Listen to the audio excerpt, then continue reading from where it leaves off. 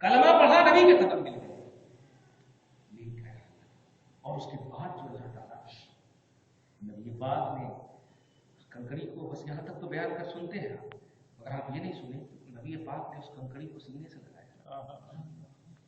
نبی پاک نے سینے سے لگایا، یعنی پوترتا آتی ہے ہندوستان کے اعتبار سے بول رہا ہوں، اس کو پاک ہر طرح سے کیا ہے. تم یہ مت سمجھنا کہ میں ابو جہل کے ہاتھ سے ٹچ ہو گیا ہوں تو میرے اوپر آ گیا ہے بدحالی. اور نہیں لو، اگر ایسا بھی سوچ رہے ہو تو محمد ہاتھ پر لیتے کیا ہے. ہزاروں ایسے واقعے، اس نے حنانہ کا واقعہ پیش فرمایا، ہرنی کا واقعہ پیش فرمایا، کئی ایسے واقعے پیش فرمایا. کہنا یہ ہے کہ آپ ہم سب اشرف المخلوقات ہیں، ہمیں رب نے عقل دی ہے، ان سب کو عقل سے ماورا کہتے ہیں، عقل نہیں دیا ہے.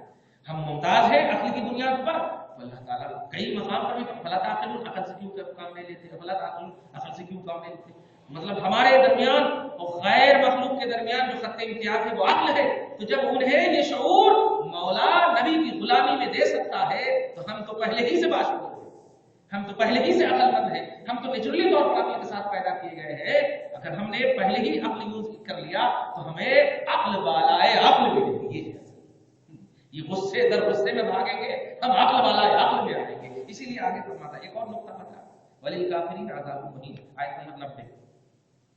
کافروں کے لیے ذلت کا عذاب. دیکھیے کافروں کے لیے ذلت کا عذاب. یہ سوچ رہے ہیں کہ غصہ کر کے اللہ تعالیٰ کو، مطلب یہ کہ کیا کر رہے ہیں غصہ کر کے جو تم بھاگ رہے تو اللہ کا کیا ہو، تم جو غصہ کر بھاگ رہے تو اللہ کا کیا ہو.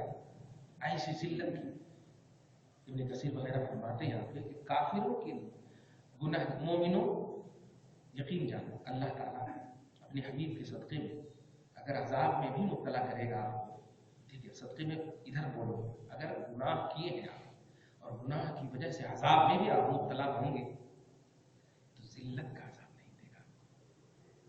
یہ شان ہے امت محمدیہ ایجابیہ کی کہ اگر آپ سب نے گناہ بھی کیا تو ذلت کا عذاب آپ کو نہیں دے گا. ذلت کا عذاب اسے کہتے ہیں کہ عذاب لینے والا خود کہے مولا مجھے مٹی بنا دے، یہ عذاب نہیں چاہیے، مجھے مٹی بنا دے. یقول کافر یا لیتنی کنت ترابا، یہ کہہ پڑیں گے اے اللہ مجھے مٹی بنا دے، مگر یہ عذاب نہیں چاہیے. آپ کو جو عذاب ملے گا آپ انگلیاں کٹ جائیں گی، احساس تک نہیں ہوگا تصور مصطفیٰ میں، خیال مصطفیٰ. تو عذاب ہوگا آپ کو بھی، ہمیں بھی عذاب ہوگا، مگر گناہگاروں کو عزت کا عذاب نہیں محبت کا عذاب، وہ عذاب میں احساس تک نہیں ہوگا. تو وللکافرین عذاب مہین سے اسی کی طرف اشارہ ہے. منکرین رسالت، نبی پاک کا انکار کرنے والے ذلت کے عذاب میں. اللہ تعالیٰ آپ سب کو گنہگار بنائے، منکر نہ رکھے، گنہگار رکھے منکر نہ رکھے. اللہ تعالیٰ مدد فرمائے ہم سب کو. آگے دیکھیں آیت نمبر 91. وَإِذَا قِيلَ لَهُمْ آمِنُوا بِمَا أَنزَلَ اللَّهُ قَالُوا نُؤْمِنُ. اور جب ان یہودیان عرب سے کہا جاتا کہ ایمان لاؤ، اللہ نے جو چیز نازل کیا ہے، تم جس کتاب پر فخر کر رہے ہو وہ کس نے نازل کیا ہے؟ اللہ ہی نے نازل کیا. پھر اللہ تعالیٰ کہہ رہا ہے ایمان لاؤ ان چیزوں پر انزل اللہ، جس کو اللہ تعالیٰ نے، جن چیزوں کو اللہ نے نازل کیا. تو وہ کہتے تھے قالو، کہتے نؤمن بما انزل علینا، ہمارے اوپر جو ڈائریکٹ نازل ہوا ہے ہم اس پر ایمان لاتے ہیں. تو ان سے ذرا سے چھوٹا سا بچہ پوچھتا تمہارے اوپر نازل کون کرا؟ اگر یہ بولتے کہ ہم ایمان لاتے ہیں جو ہم نے لکھا ہے یا ہم نازل کرتے ہیں، مگر وہ خود کہہ رہا ہے کہ ہمارے اوپر جو نازل کیا ہے، ارے تو وہی اللہ کہہ رہا ہے یہ بھی میں نے نازل کیا ہے، اس پر ایمان لانا. عجیب عجیب فلسفہ ہے. یہی ہے دو رخی پالیسی، اسی کو کہتے ہیں یہودیت. توجہ کیجیے گا، وہ کہتے ہیں یؤمنون بما انزل علینا، ہم اس پر ایمان لائیں گے جو ہمارے اوپر نازل کیا ہے. ویکفرون بما وراءہ، اور اس کے ما سوا کا ہم انکار کرتے ہیں، نہیں مانتے، اس کے ما سوا کا انکار کرتے ہیں. اللہ فرماتا ہے وہ الحق کو، جس پر تو ایمان لا رہا اس کی ایک ایک لائن کو پڑھ، ایک ایک لائن کو پڑھ، کیسے کسی حقانیت کی گواہی دے گا. دیکھ موسیٰ کا کلمہ لا الہ الا محمد رسول اللہ، تیرا کلمہ لا الہ الا موسیٰ کلیم اللہ. توجہ دیجیے گا، اللہ فرماتا ہے جو ابھی کہہ رہا ہوں میں کہ اس قرآن پر، اس محمد پر ایمان لا، وہ الحق کو، یہ حق ہے، مصدقا لما معہم، دیکھ تیرے ہاتھ میں جو ہے یہ حقانیت خود اس کی تصدیق کر رہا ہے، یہ خود کہہ رہا ہے کہ میرا تذکرہ تیری کتاب میں ہے. تو جس پر تو دعویٰ کر رہا ہے کہ ہم اس پر ایمان لاتے ہیں، ذرا اس کتاب کو کھول، وہ کتاب کھول اور پڑھ ایک لائن سے. تو اللہ کے رسول صلی اللہ علیہ وسلم اور خود جو آپ کا قرآن کی طرف دونوں کے بارے میں یہ گواہی. مصدق کہتے ہیں، پتا چکا ہوں میں، مصدق کہتے ہیں جو گزری ہوئی بات کی تصدیق کرتے ہیں. تو توریت اس کے سامنے، تو توریت کو خود اس کی حقانیت اور اس کی صداقت کا اعلان قرآن کرے گا، محمد وہ خود کرے. تو تم کس چیز کا دعویٰ کر رہے ہو؟ اسی کو کہتے ہیں دعوی محض، یعنی بلا وجہ کا دعویٰ ہے، اس میں کوئی دلیل اور کوئی سچائی نہیں. اب اللہ تعالیٰ فرماتا ہے اگر بات ایسی ہے کہ تم اپنے اوپر نازل کرنا چیز کو جو اللہ نے نازل کیا اس پر ایمان رکھتے نا، تو اللہ تعالیٰ نے نازل کیا نبیوں کو قتل نہیں کرنا، یہ تمہاری کتاب میں ہے نا، دھیان دیجیے گا. تو رسول اعظم سے اللہ تعالیٰ چونکہ بڑا امپورٹنٹ عنوان ہے، نبی کا مسئلہ ہے، نبی اعظم سے کروا رہا ہے. ابھی کہہ دیجیے تم جس پر اپنے ایمان لانے کی بات کر رہے ہو کہ ہمارے اوپر جو نازل ہوا ہم اس پر ایمان لاتے ہیں. حبیب کہتے ہیں فلم تقتلون انبیاء، تو کس واسطے تم نے نبیوں کو قتل کیا؟ پھر کیوں قتل کیا زکریا کو، کیوں قتل کیا داؤد کو؟ یہ سب کو کس نے قتل کیا؟ بتاؤ. بنو اسماعیل تھے، تم ہی کی تو تھی. تو تم جس کتاب پر ایمان کا فخر کر رہے ہو، ایمان لانے کا دعویٰ کر رہے ہو، غلط ہے. حبیب سے کہوا رہا ہے مولا قل فلم تقتلون انبیاء اللہ من قبل ان کنتم مؤمنین. پہلے انبیاء، پچھلے انبیاء کو تم نے کیوں قتل کیا؟ تم کیوں قتل کرتے تھے؟ ان کنتم مؤمنین، اگر تم دعویٰ میں سچے ہو اور واقعی تم مومن ہو جو ہم نے نازل کیا ہے، توریت پر ایمان رکھتے ہو، توریت پر تم نے کہہ دیا تھا انبیاء کو قتل کرو، مگر تم نے قتل کیا. یہ دعویٰ غلط ہے. اب آگے فرماتا ہے 92 میں بلغت جاءکم موسیٰ بالبینات،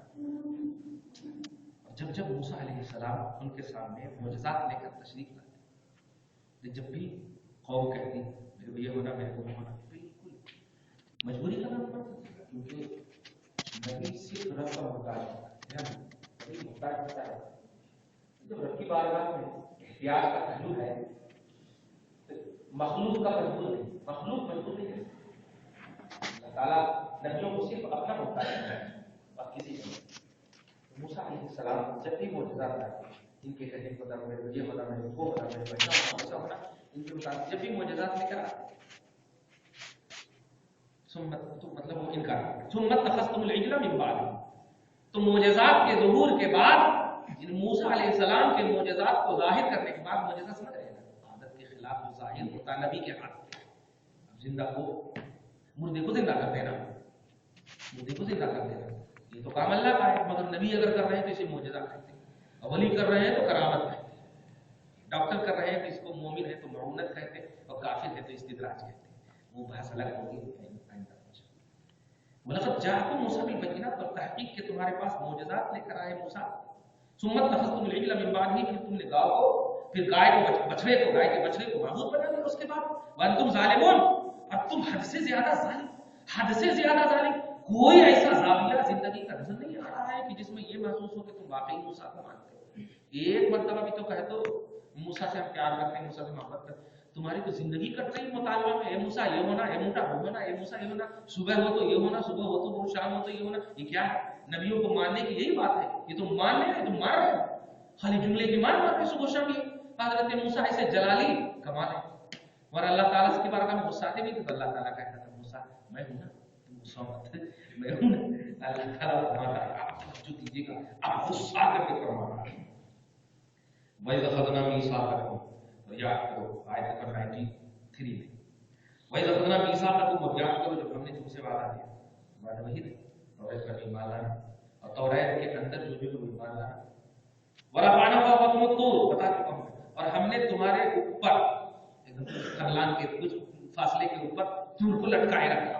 اور یہ لٹکانا مجبوراً نہیں ہے، اس سے کچھ لوگ تفسیر الٹا کر دیتے ہیں، غلط ترجمہ کر دیتے ہیں یہاں پہ کہ دیکھیے اسلام جو ہے نا مطلب شدت ہو جائے گا، زبردستی. ارے زبردستی ہوتا تو پہاڑ کو کیوں لٹکاتا؟ ڈائریکٹ اللہ تعالیٰ کہتا لاتا نہیں لاتا، موت حیات دونوں کا مالک ہے. وہ ڈائریکٹ کہہ دیتا، ایک ابابیل سے ابرہا جیسے کو مار دیا اس نے پرندے سے. تو یہاں پر یہ ظلم نہیں ہے، بلکہ اللہ تعالیٰ بڑے سے بڑے معجزات کے انکار کے بعد ایک اور معجزہ ظاہر کروانا چاہتا ہے موسیٰ کے ذریعے سے.